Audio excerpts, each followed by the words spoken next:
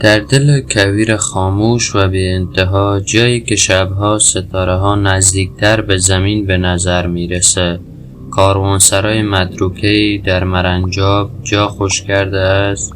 دیوارهای سنگی و سایه های بلندش قصه های فراموش شده را در خود پنهان کرده.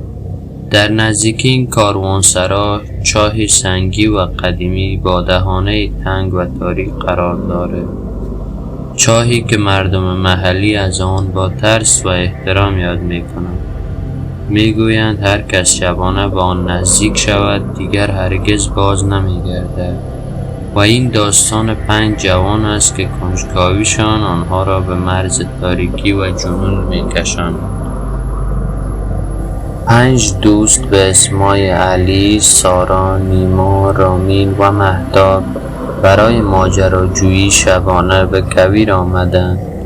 در غروب باد ملایم شنها را جابجا می کند و آسمان پرستاره خبر شب اسرارآمیز را می دهد. علی پسر ماجراجو و کنجکاو گروه نقشه قدیمی از پدر بزرگش پیدا کرده. نقشه‌ای که محل چاه مرموز را نشان می دهد. بقیه ابتدا با خنده و شوخی به حرفای علی گوش میده، اما وقتی شب فرا میرسه و صدای زوزه باد و سکوت کویر فضا را سنگین میکند، حس کنجکاوی در دل همه جوانه میزند. ساعت از نیمه شب گذشته. 5 دوست با چراغ قوه و کوله پشتی آرام و بی صدا به سمت نقطه‌ای که روی نقشه مشخص شده حرکت می کنند. در دل تاریکی هر سایه شکل عجیب به خود می گیرد. هر صدایی چند برابر ترسناکتر به گوش می رسه. ناگهان مهتاب متوجه رد پاهای خیس روی شنها میشه. نیما با تعجب میپرسه اینجا که آب نیست، این رد پاها از کجا اومده؟ همه مضطرب میشوند، اما علی اصرار دارد ادامه دهند. بالاخره به چاهی میرسند که با سنگهای سیاه و طناب پوسیده احاطه شده. دهانه چاه تاریک و عمیق است و بوی نم و رطوبت با بوی خاک کویر آمیخته شده. همه دور چاه جمع میشن. رامین برای شوخی سنگی به داخل چاه میاندازه. صدای برخورد سنگ با آب عمیق و غیر عادی است. انگار چاه بسیار عمیق‌تر از حد تصور است.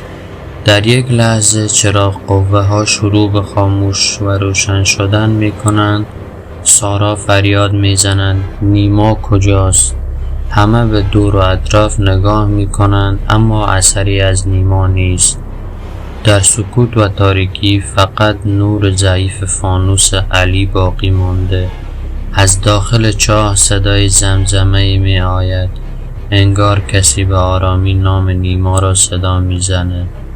همه سعی می کنند فرار کنند، اما بارها که می دوند دوباره به همان چاه برمیگردند. رد پاهایشان روی شنها دایره‌ای بی پایان ساخته است. علی و رامین تصمیم می گیرند با طناب پوسیده پایین برند تا نیما را پیدا کنند. سارا و مهتاب با ترس و اضطراب فانوس را نگه داشتند.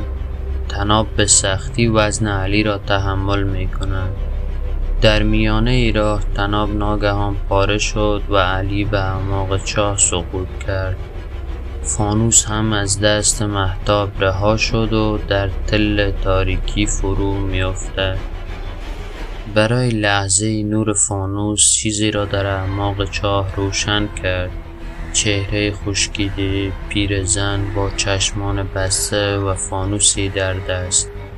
چهره‌ای که انگار سالهاست منتظر کسی بوده. رامین فریاد زد، اما صدایش در دل چاه گم شد.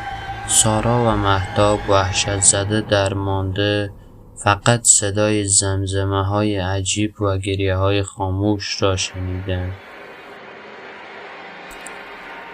صبح روز بعد در طلوع خاکستری کویر فقط مهتاب با چشمان گشاد و لب‌های خشک از دل شنها بیرون آمد.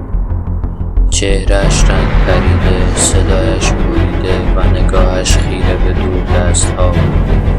او با صدای لرزان و بریده فقط یک جمله گفت: اون زن، اون پیرزن فانوس داشت. گفت منتظرت بودم. گفت هر کی چراغ را روشن کنه دیگه راه برگشت نداره.